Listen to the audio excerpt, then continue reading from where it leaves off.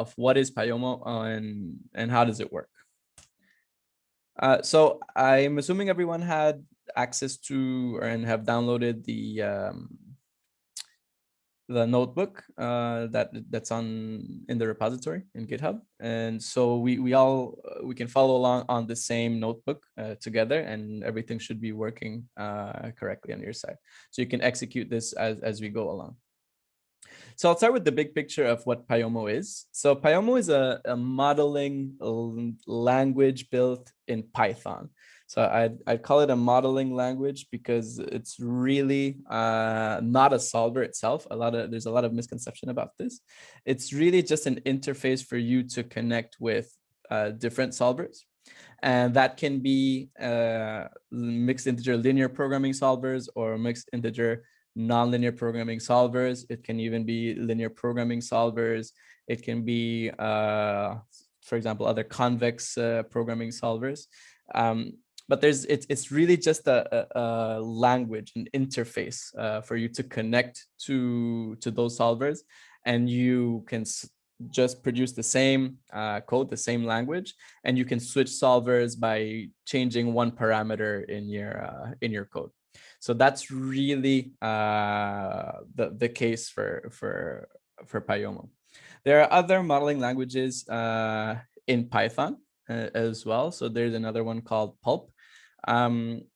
But Pulp, for example, has a limitation that it can only be used for concrete models, as far as I know. And also it can only be done for mixed integer linear programming. So it only allows for that syntax, whereas Payomo is very open and you're able to connect to all types of solvers. There are other modeling languages that are not in Python. So another one is, for example, AMPL. But these for me have an added level on two axes. One is that they are algebraic modeling languages. So really the syntax with which you write is similar to the syntax you write your formulation on paper. And the second one, which is the primary one, is that these are commercial. So you have to pay for a license to access them. So AMPL is one example, GAMS is another. And what they do essentially is the same, more or less the same function as Payomo.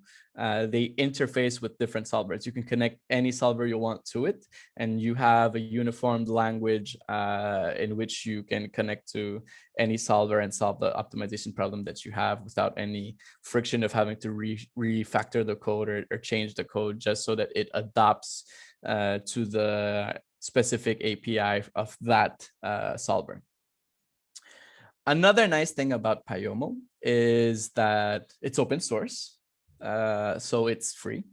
And it's also open source in the sense that there are people constantly contributing to it. And you can also have the code with which all these wrappers are built and modify them yourself. So that allows you to potentially create your own kind of solver service in which you have a server hosting all the solvers for which you have a license for, and you can call directly from Payomo your own solvers. It's a bit in that spirit that that there exists this connection here between Payomo and the NEOS server that's hosted at the University of Wisconsin-Madison, where they host the latest release of different solvers, including some commercial solvers. And Payomo has a wrapper, essentially, through which you can write your model in your local computer using the Payomo modeling language, and you can send it to be solved on the NEOS server, and it will send you back the information of the solution, so the solution stats, including the branch and cut framework output, back to you and to your own email as well. So this is also a nice feature that I found out recently that it existed. And there are actually essentially two ways you can connect to the NEOS server. One is by using almost the same code as you would with using solvers that you installed locally. Another one is one where you create your own XML submission and submit it to the NIAS server. So the XML submission is a lot more flexible in the sense that you can send to a lot more solvers than in the case of the direct implementation. So the direct implementation is you just change one line of code to say you're going to go to NIAS, but only some solvers are available in this format. Whereas if you write the XML file yourself, that other format of connecting to the NIAS server, you can send to any solver that is hosted on the NIAS server, sorry.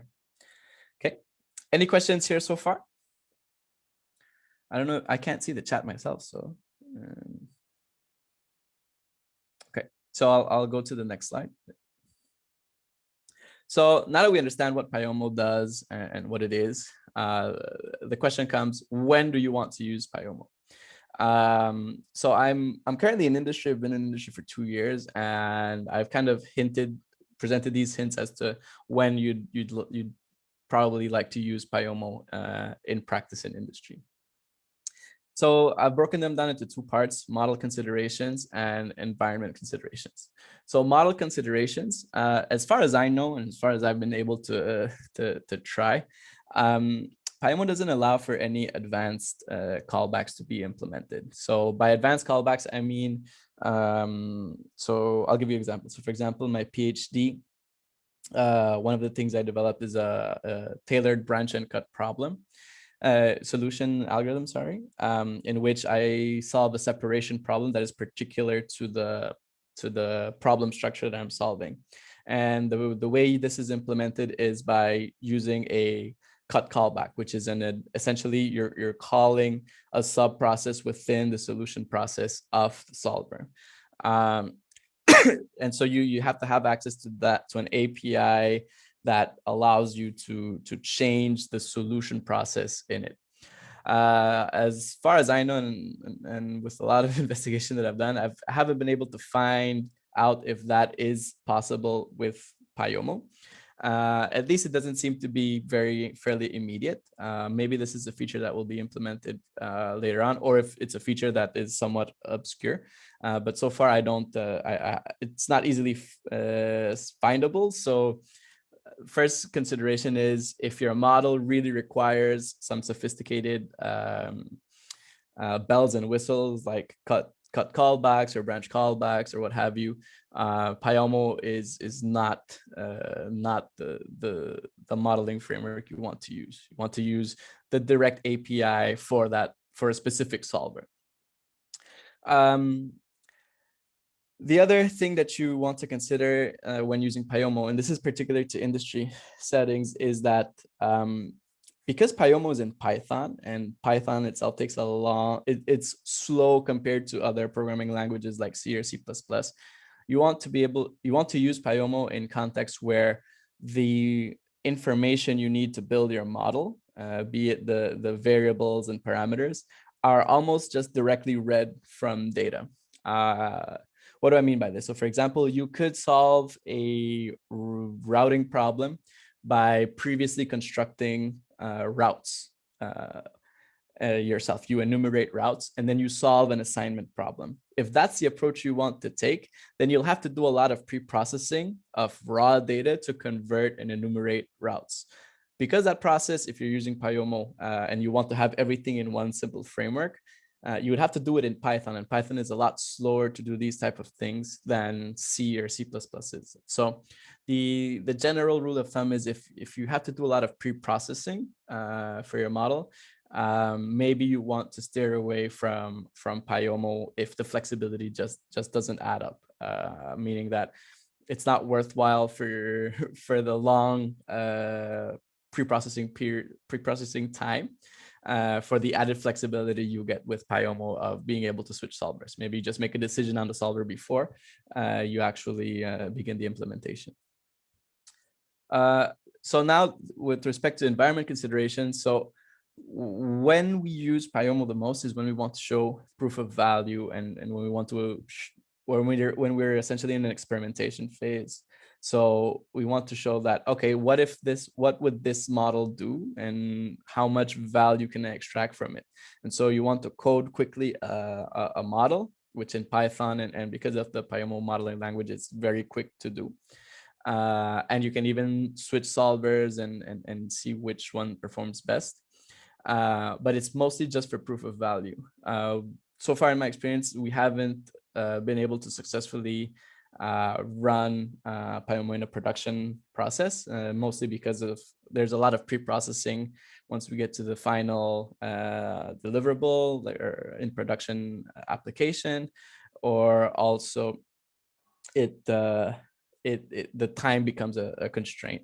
The time of actually, like, depending on what scale the problem is, time, the construction of the model itself becomes an issue.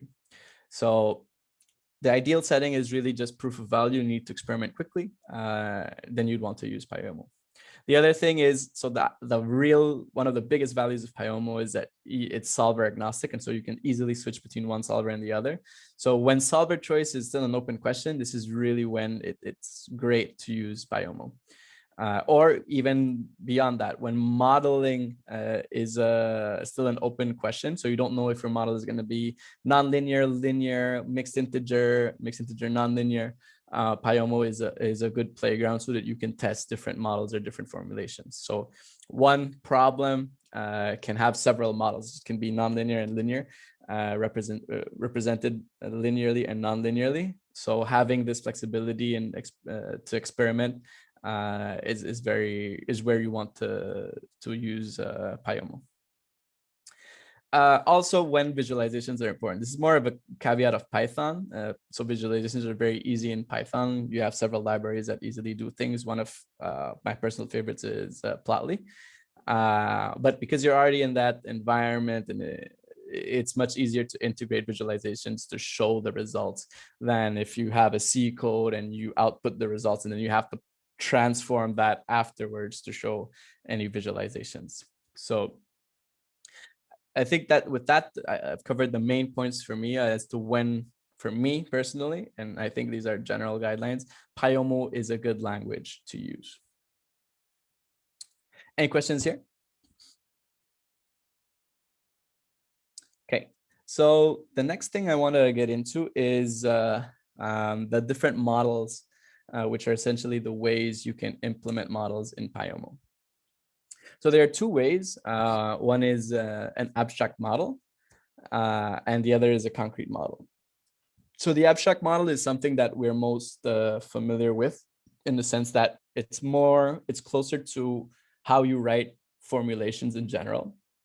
So rather than when you have, let's say, take the objective function, when we usually write an objective function, we say minimize the sum of C, which is a parameter, a cost, let's say, multiplied by the decision variable X.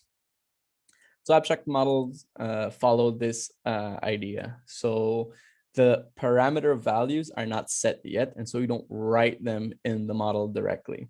You maintain kind of the skeleton of which essentially encodes the data classes that are going to be used to build the model without explicitly instantiating them. They're instantiated when you read from a data file, and then those variables, those C's that we discussed previously, they become actual numbers that are read from data. Now, I haven't seen really anyone discuss a lot about the advantages and disadvantages of abstract and concrete models.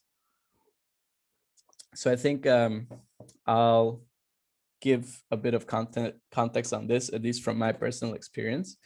I'll explain to you a bit how I see abstract models, what the advantages are, and what context they make a lot of sense and what context they don't. So as I said, in abstract models, you need a data file that will have the actual values of the parameters that will be solved. Now, in normal applications, this could be generated by a process that is external to what your sandbox is, to where you're going to be able to implement and play around with. So it's, let's say, a process from an ERP that already just dumps into a data lake. And so you just take that as an input.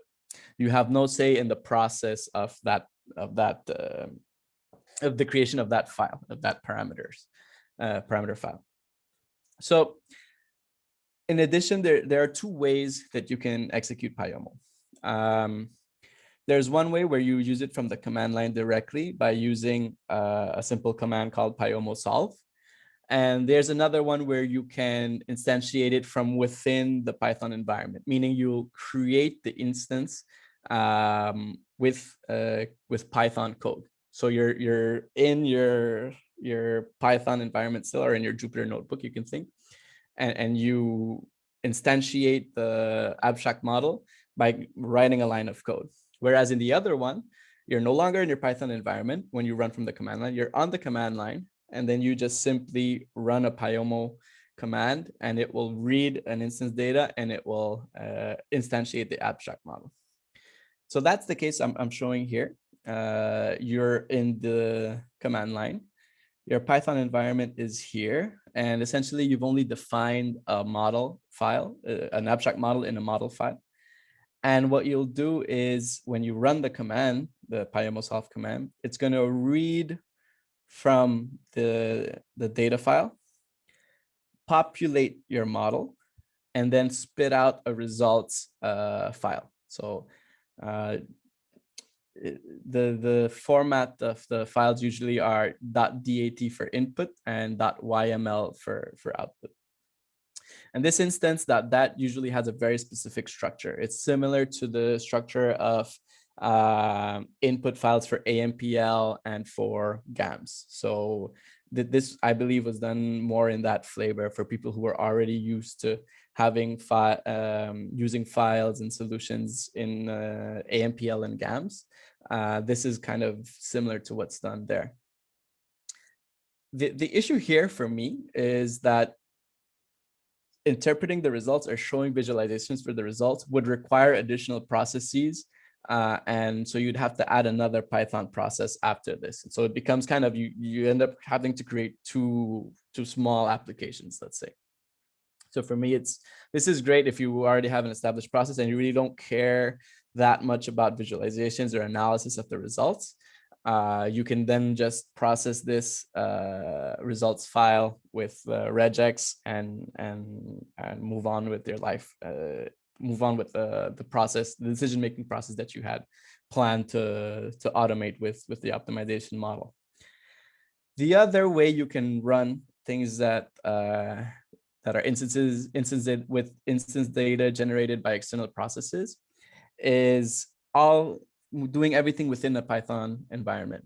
So this would require you to have an additional data process in Python where you ingest the data file, you create your local Python structures.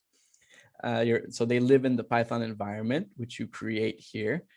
And then you feed it to the abstract model. And then because you've read the data process, this allows you to use the same structures you've created here. And so you can read back the solution and create visualizations very easily. So long story short, when you have instance data generated by an external process, and if you want to show visualizations or you want to do further analysis, you'll have to create your own ingestion process with Python, just so that those structures live inside the Python environment so you can do visualizations. So it becomes kind of an issue. Now, the other case is you can have instance data generated within the Python environment. So let's say that you are the owner of very raw files here, and you already have to have a Python process to filter out information from those raw files to create the instance data of your model. So you have to do this anyway, because otherwise you don't have a model itself.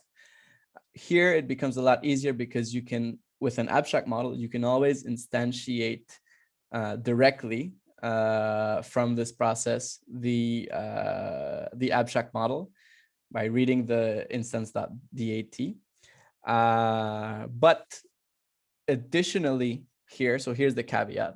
If you already are the owner of having to create the parameters or calculate the parameters of your model, if you want to use an abstract model, then you would have to write out an instance.dat file, because this didn't exist before. You're creating this now because you're the owner of the instance data generation.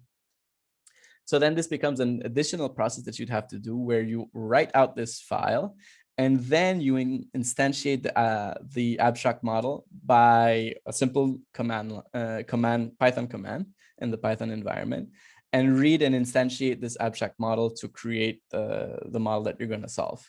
And then the rest is pretty much the same.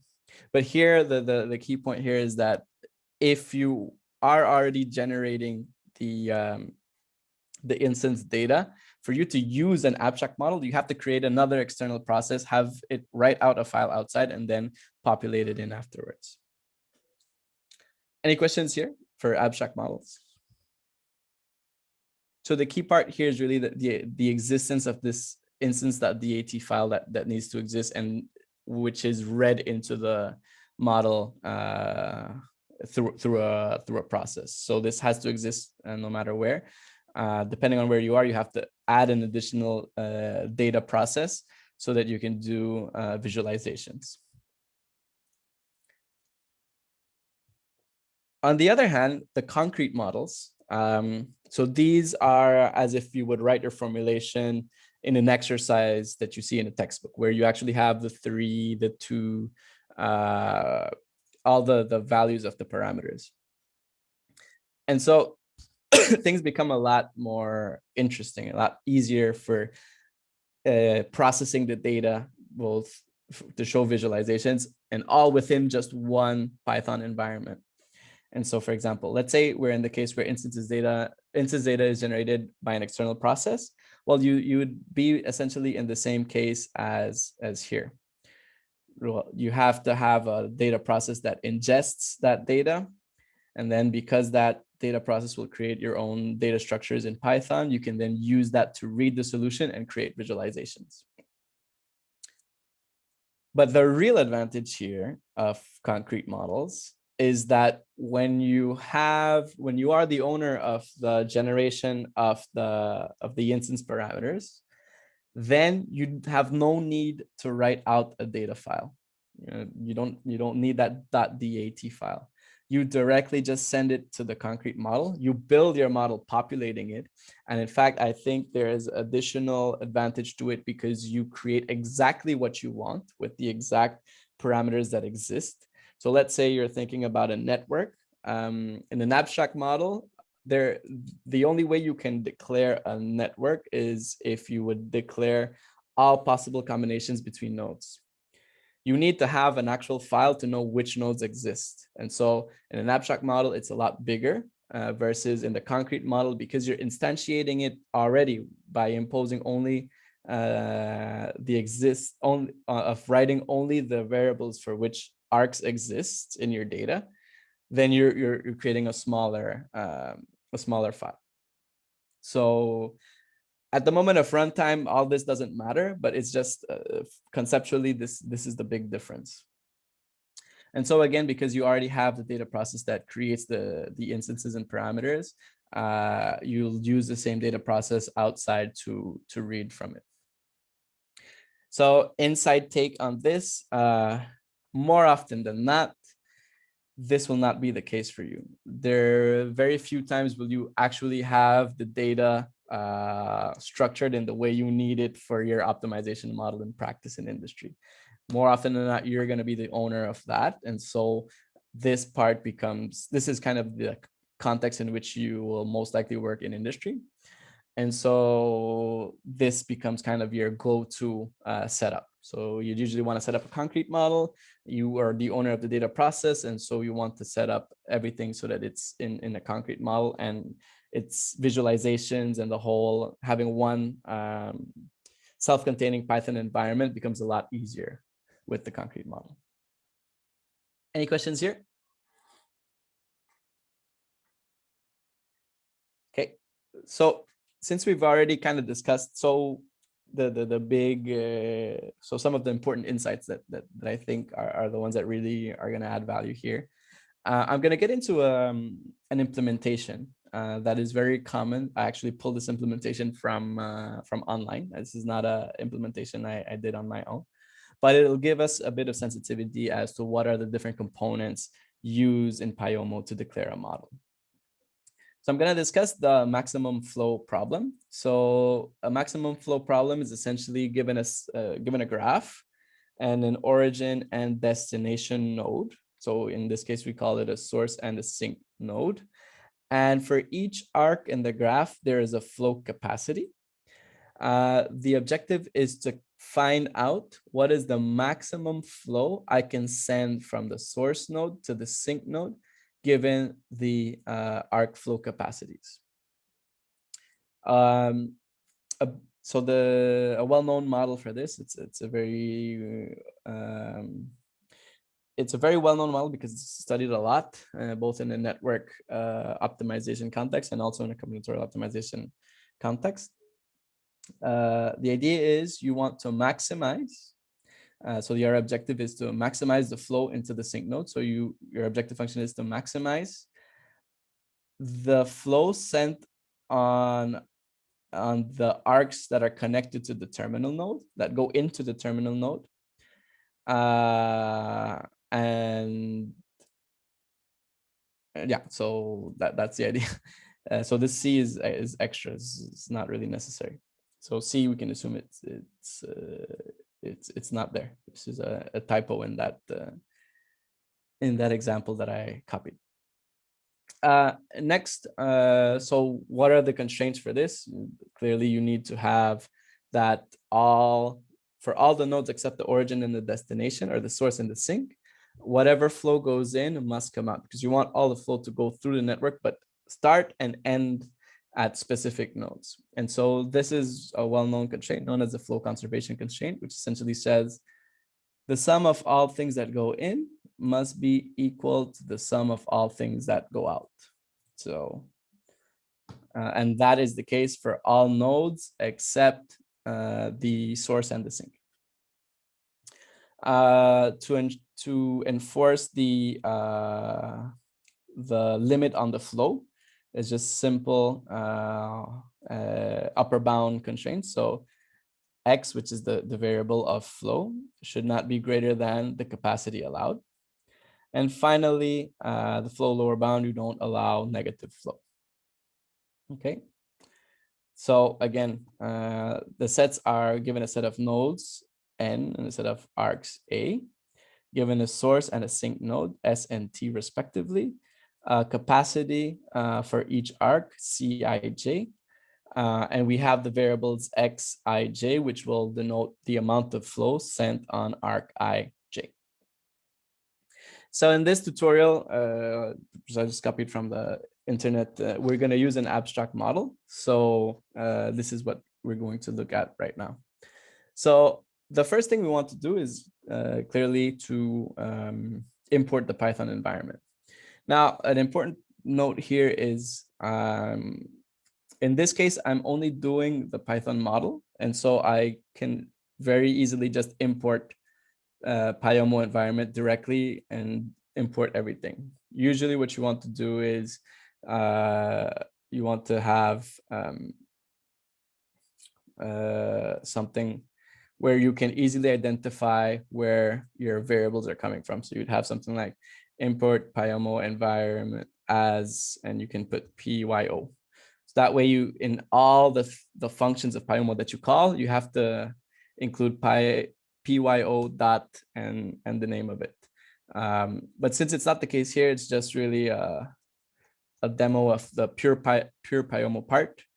We're going to leave it at that. But good practice is to always have something that can easily identify and distinguish between the packages that you're importing. So first thing is import the PyOMO environment and instantiate an abstract model. So I'm declaring model as abstract model. The next thing, and this is a nice component of PyOMO, are sets. So as you see here, the two sets that I have are a set of nodes N and a set of arcs A. So I instantiate first the set of N. Because it's an abstract model, I don't know how many nodes I have. I just instantiate it as a set. That's all the information I give it. And when I instantiate the network arcs, because the arcs are going to depend on the number of nodes I have, so that much information I do have, then I instantiate A with set, and I include this command. It says within model.n times model.n, which essentially is telling it it's going to be the Cartesian product of the set n.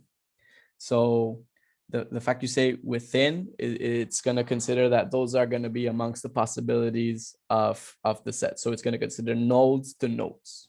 Okay. So we run this. So another nice component of Pyomo is the param component, and it's more or less the same idea. So here, what you're saying is there's going to be a component called S, a parameter called S. It's going to be a parameter, and it's going to be one of the nodes. So in arcs, I'm saying it's going to be one of the combination of two nodes. Here for S, because S is my source node, it's going to be one of the nodes. This is what the within is telling it.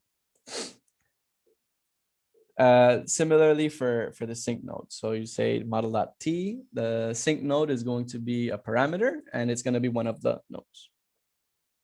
And then finally, the capacity, you do this similar thing. It's going to be one of the, it's going to be a parameter, and it's going to be one of the arcs, one of the sets of arcs. It's going to be defined for all arcs, So here I'm not using within. I'm simply saying this parameter will be defined for each arc in the model. Okay, so you see it's not within. It's just this set is telling it what the for how many of them it's going to be implemented. For how many of them I'll have a capacity then. So I'll run this, and I've declared the variables. And finally, last component is the variable itself. And so for that, it has the var component, which will tell it what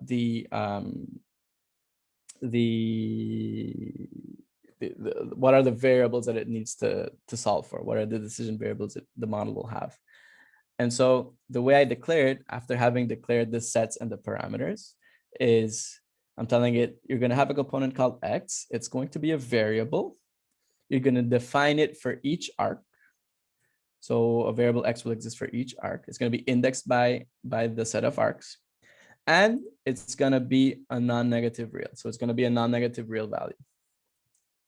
So with that, I already impose the greater than or equal to 0 restriction here. And so I declare the variable. Another thing that is done usually, and I think it's really good practice, and it's a really nice feature as well of Pyomo that you want to take advantage of, is the fact that you can model a lot of things as rules. So I'll explain a bit what that is. So here I've defined a small function within the whole notebook, and it could be a small function within another larger function in typical Python syntax. So I've defined it as total root, and it receives as an input the model. So this model object here. And what I'm saying is I'm going to return the sum for each decision variable if the arc, so the last node of the arc, so the node to which that arc goes into, is the source. Is the sync node. And so essentially what I'm saying is I'm doing the sum of all the arcs over all the arcs, sum of the flow sent over the arcs that go into the sync node. So where I want to arrive, which is essentially this, the objective function. So again, this C is a typo. I'll just remove it now. So it's essentially this part here. And here's a neat part about Pyomo, is that you can instantiate certain elements of the model. So in this case, the objective component. by using a rule.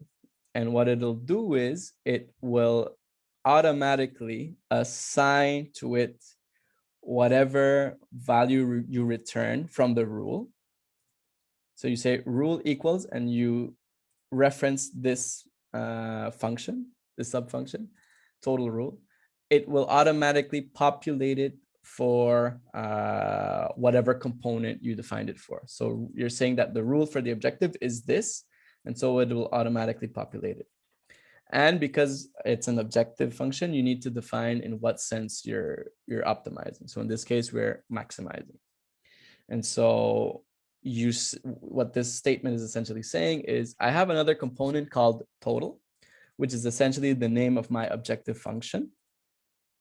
And the objective function is defined by this rule, which is essentially the sum of all the flow going through the arcs that go into the sync node. And I want to maximize. Okay. The other way you can use rules is in the definition of constraints. And and so here is a similar logic. So let's say I want to implement the limit rule. The difference here versus the objective is that when you define the function itself, you won't only have the model as the input, but you'll also have the additional inputs to the function, which in this case are I and j, which represent the components, the nodes. So the nodes of each arc that you will send. And so the rule is, I'm going to receive a model, I'm going to receive an I and a j. And then what I'll return is that for that I and j, and that I will take the x component of that model, and I want to make sure, I want to enforce that that is less than or equal to the C component of that model at the same set of indices. So I'm essentially modeling this constraint here. And the idea is, when you implement the constraint, is, if you recall with objective, it was just a matter of sending the rule and the sense. For constraints, there's no sense because you're already encoding it in the limit, in the rule itself. So you don't need to say the sense of the inequality, but you do need to also send the set over which this will iterate. So that's why I'm sending constraint. I'm sending the set A, and that set A is what's broken down here as I and j. And so what it's going to do is it's going to apply this rule, because if you think about it, this is applying it to only one particular arc. So this is a rule for one individual arc. And with this, with the rule way of declaring constraints, what you're going to do is essentially you give it the index set over which you'll create each constraint. So you're saying for each arc, apply this rule, which is exactly what we have here. For each arc, implement this rule. And so that's the way you want to read it and interpret it in the way you're writing the code, when the way you're writing and reading the code. Similar rule for the flow conservation constraints. So in addition, so when you define the rule, in addition, you can define rules and incorporate ifs and other Python or programming statements. So here I say, I have logical statements that say, if it's either the source node or the sync node, skip it. So this is a particular component of Python as well. So you can tell it to skip the constraint. So when I go into this rule, and if I see that the K is either the source or the sync node, I will skip it. I won't apply this rule. If not, then I'll go in and I'll do the inflow, outflow, and I'll enforce that the inflow is equal to the outflow. And again, for me to apply this to the model, I need to incorporate it into the model as model. I incorporate a name for it, flow, I'm calling it flow, is equal to the constraint. And again, I apply the rule to it. And again, When does this rule apply? Well, it applies for each node in the network, which is exactly what I have here. So for each node in the network, except the source and sink, but I incorporate this already in the rule itself, so I can safely just declare it for all nodes. I want the inbound flow to be equal to the outbound flow. And so that's what we've coded here with these two. Okay, any questions here so far? So this is the basic setup, and we're really exploiting everything that Pyomo has to offer. Okay, so if there's no questions, the next thing is, okay, so I've created my model. Now, how do I run it? How do I get the solution? So as I mentioned before, we're doing an abstract model. And so there needs to exist a data file. So in the repository that I shared with you, there was already a data file called maxflow.dat in a subfolder called data. And that's the file that contains the instance that I'm trying to solve. So how to solve, and what we're going to do is the case here, where we'll have we'll instantiate it from within the source code. Sorry, here. And the first thing I'll do is I'll declare a solver factory. And here is where the advantage of Pyomo comes in. Let's say right now I have Express Direct, which is an Express solver, which is already downloaded to you from the pip requirements if you did the setup. So this comes already included. It's a version it's a limited version, so you can't solve large scale problems, but it's a version that's a solver. That's a MILP solver provided by FICO, which is called Express.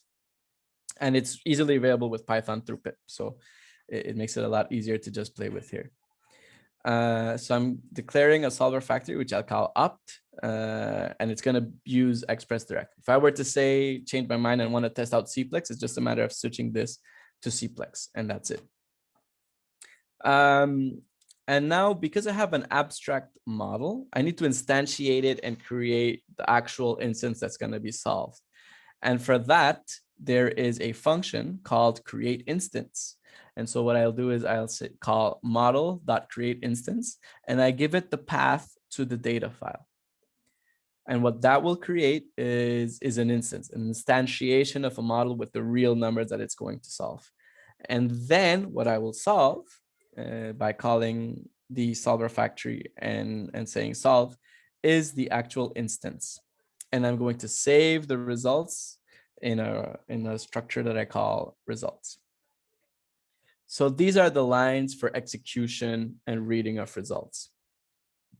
So as I said, because I'm instantiating it in the Python environment, I'm also able to read this results structure and do other things with it. But also, because it's all done within the same Python environment, a nice thing about Pyomo is that once it's solved the model, it automatically loads the solution value that it found into your components, the components that you declared. So for example, all the X components that you have here, after you sent it to the solver and it was solved, it will automatically populate it with values of the optimal solution. And so what we do is we process that here. We receive the components, the variables. We look through the variables that exist. So here it's, I want to see what variables were selected. So I say for each instance and out of the component objects, so as I said, these are called components, I want you to look at the variables. Print variables, so show me what variable I'm looking at. And then for each element in variable, I call it index here, I want you to print what is there, what the variable index is, and its value. So if you ever want to discover what is the value of the actual variable, in this case for us, these are flows sent through an arc, you just prefix it by value and the variable and the index at the index that you want.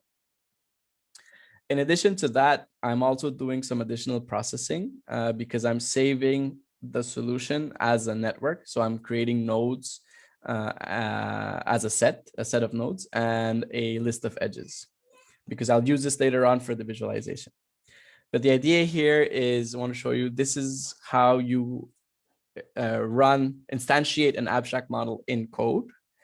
You run it, and then the nice thing, as I said, is that Pyomo automatically loads the solution values into the structures that already existed, and you just consult that by calling for the value.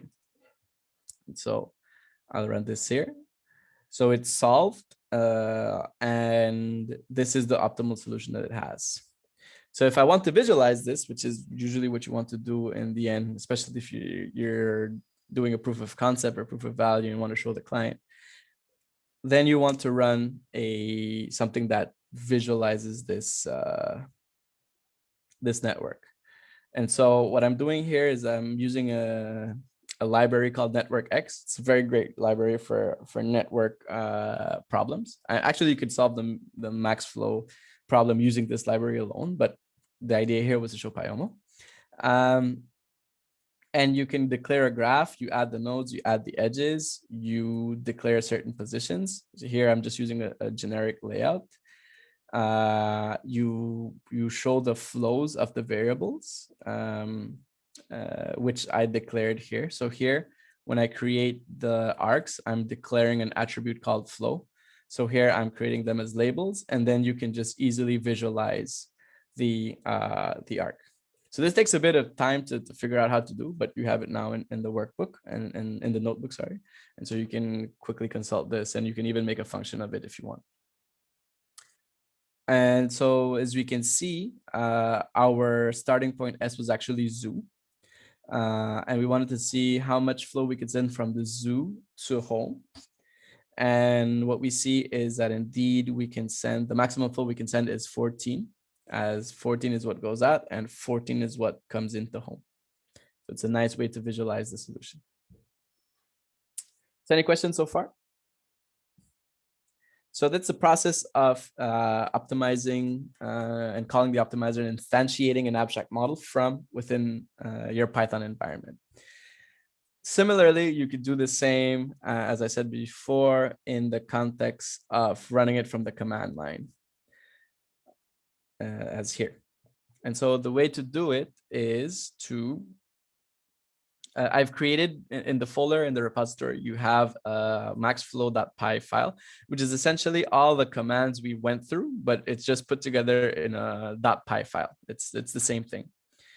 And so you can solve it. Oh, okay. So if anyone didn't know, in the Jupyter Notebook, whenever you start something with the exclamation mark, it's as if you were in the command line.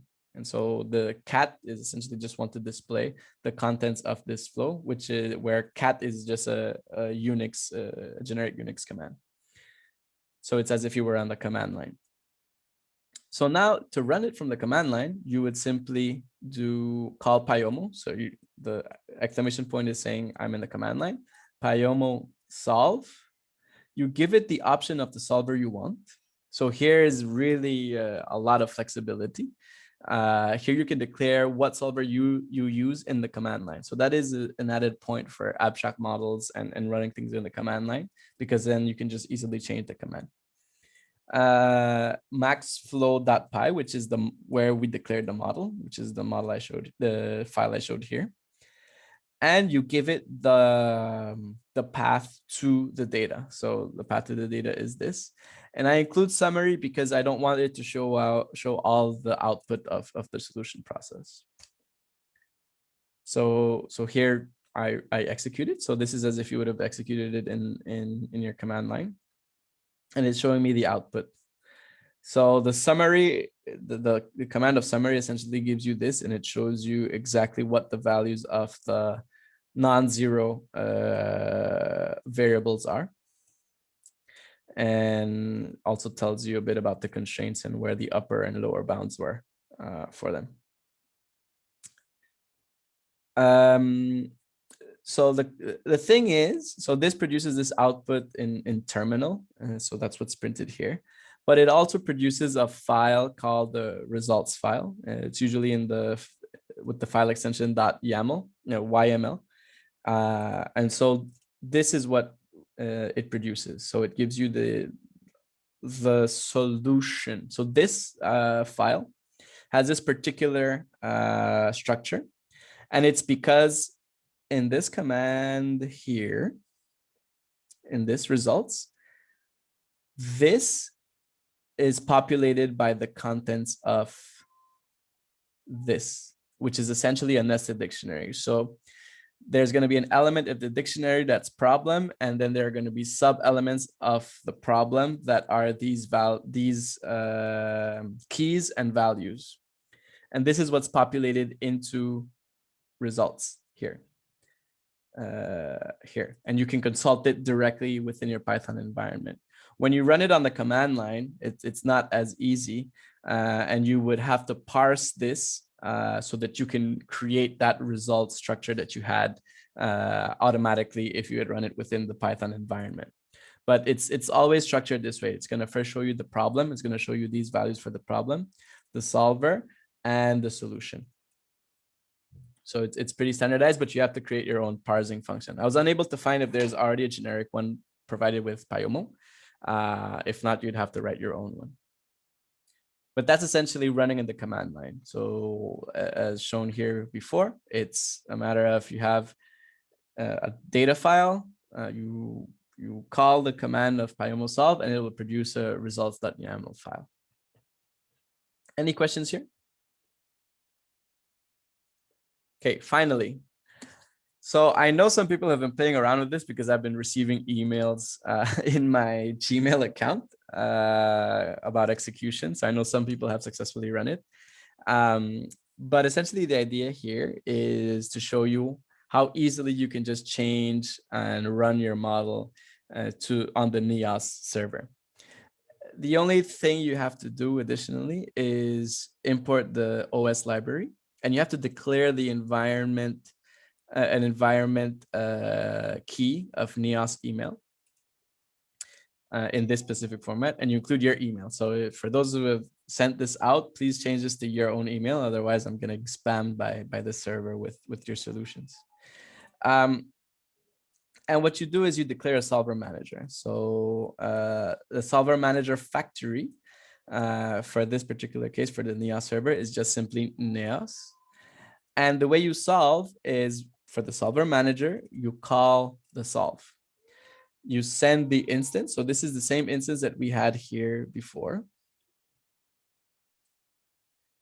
Here. And you tell it what optimizer you want it to run on. So these keywords, you'd have to investigate on your own what keyword corresponds to which solver. And you can skip this command if you want or not, but I say true just so that it prints out something. And that's it. So you can run it on the NEOS servers with solvers that you haven't installed in your local computer or that you don't have access to currently in your computer, just so that you can see what type of solution time it has. And it gives you an idea of how it would solve it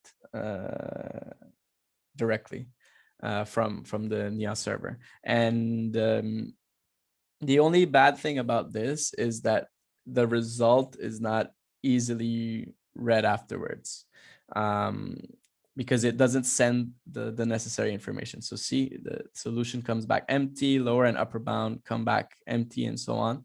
Whereas here, these fields are populated. So if you run it locally, you get this information, but when you send it to the NEOS server doesn't send back all the information. It only sends back the information of the problem itself and what the status of the solve was.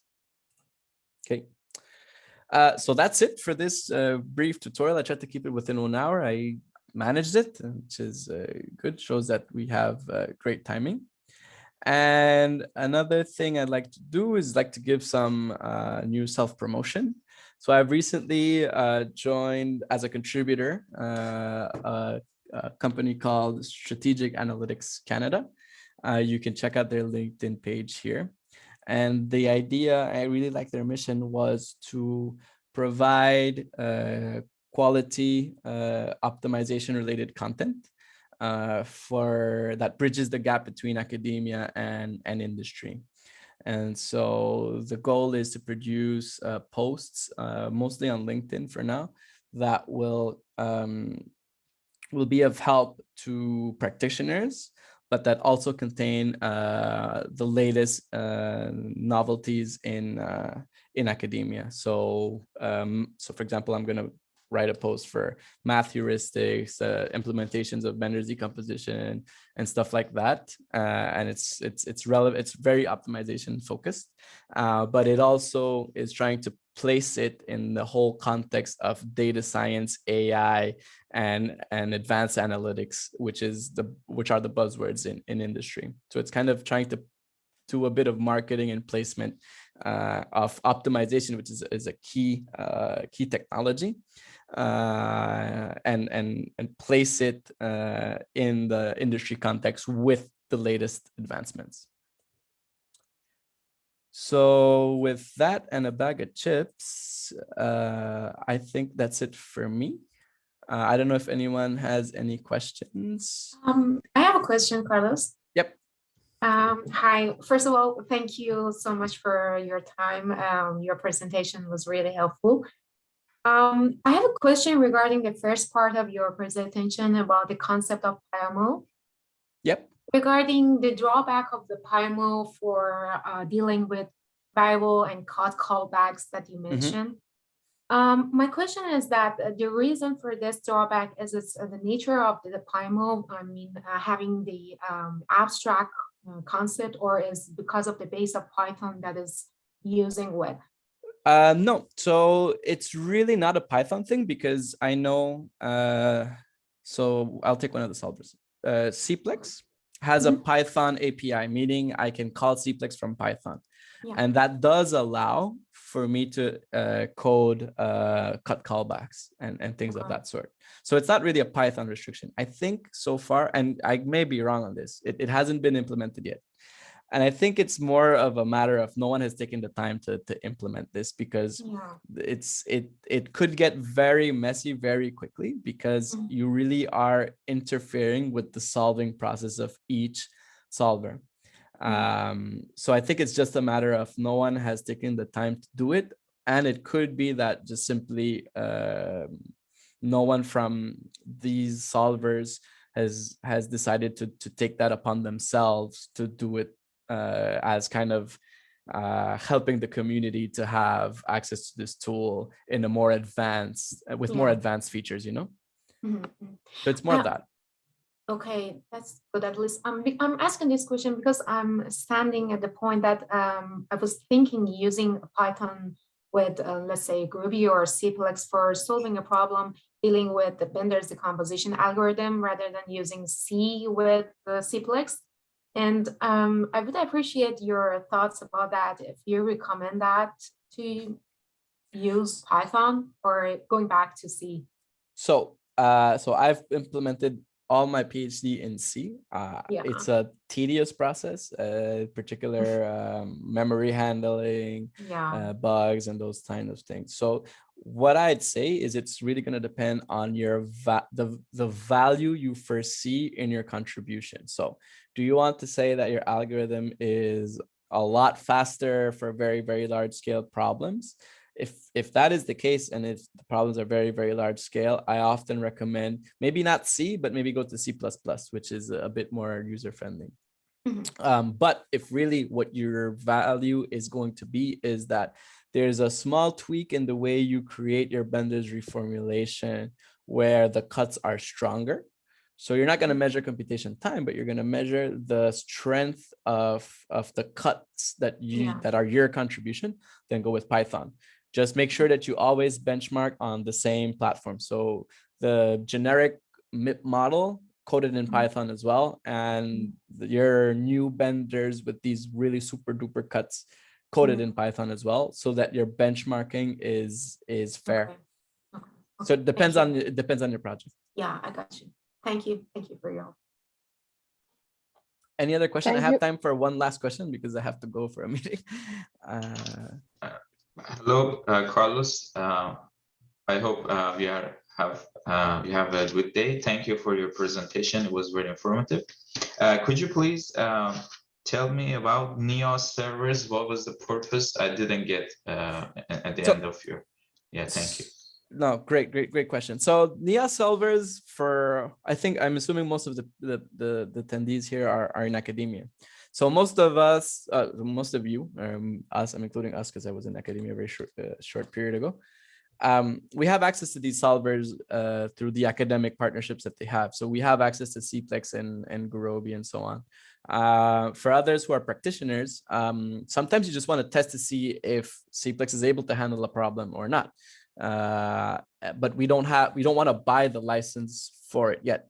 So this serves as a good sandbox to test to see if you try to solve this problem with CPLEX, how long does CPLEX take, and you can compare it with Gurobi and see how long that takes, and then you can make a more informed decision as to what solver license you'll purchase. So the value really comes when you don't have easy access to these solvers.